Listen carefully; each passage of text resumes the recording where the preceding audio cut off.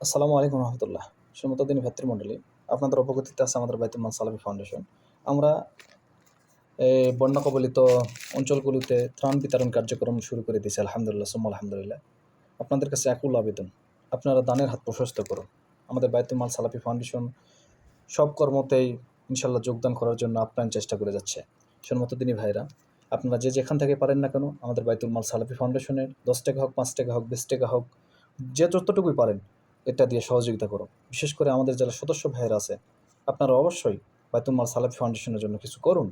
আপনারা এগিয়ে আসুন, মানুষের কাছে প্রয়োজনে মানুষের দ্বারে দ্বারে যান, গিয়ে সেখান থেকে ত্রাণ তহবিল করে আমাদের বন্যা কবলিত মানুষদের পাশে যেন আমরা দাঁড়াতে পারি। আল্লাহ জানে সে তৌফিক দান করে।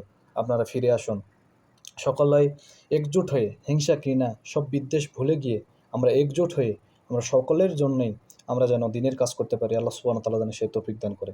সকলের কাছে আমি আকুল আবেদন করি, আপনারা অবশ্যই ফিরে আসুন।